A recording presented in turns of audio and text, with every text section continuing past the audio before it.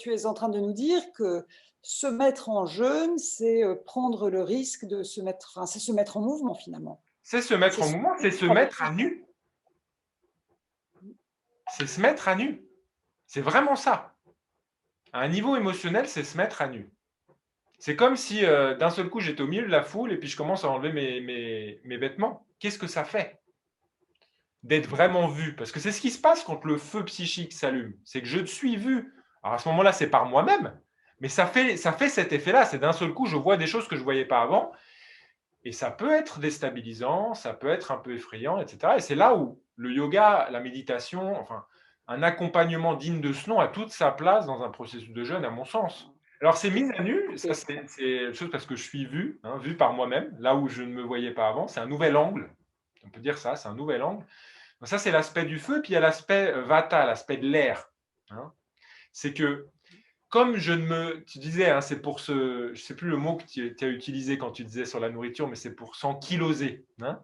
Bah, c'est ce qui me donne le lien avec la matérialité, avec le terrestre, avec la terre, d'accord? Avec la boue, l'argile dont je suis constitué, d'accord? Mais la minute où j'arrête de consommer les éléments de la terre, bah, forcément, je vais être plus sensible aux éléments du ciel, parce que c'est les opposés, on est d'accord?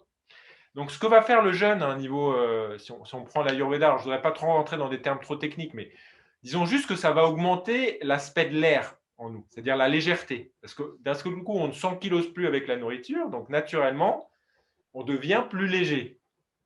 Bah, c'est biologique aussi, hein, je prends moins de poids, entre guillemets, parce que je ne me nourris pas de matière.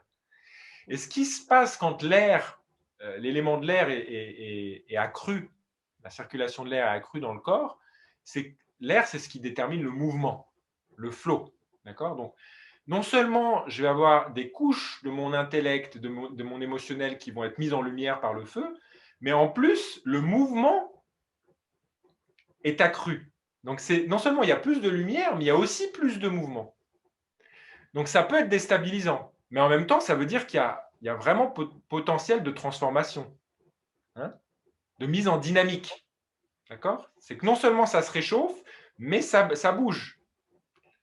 Et c'est là où particulièrement, le yoga est intéressant parce que ça va aider à canaliser ce potentiel excès d'air pour qu'il fasse de la place à l'intérieur là où on en a besoin, mais que ce soit pas, heu parce qu'une possibilité qu'il peut y avoir dans le jeûne, c'est du coup de réagir aussi mentalement. C'est qu'on a 10 000 pensées à la seconde parce que bah, quand l'air augmente, le processus de pensée augmente et devient plus rapide. D'accord? C'est ce qui ouais. nous, le processus de pensée arrive aussi par ça, par l'élément de l'air. D'accord?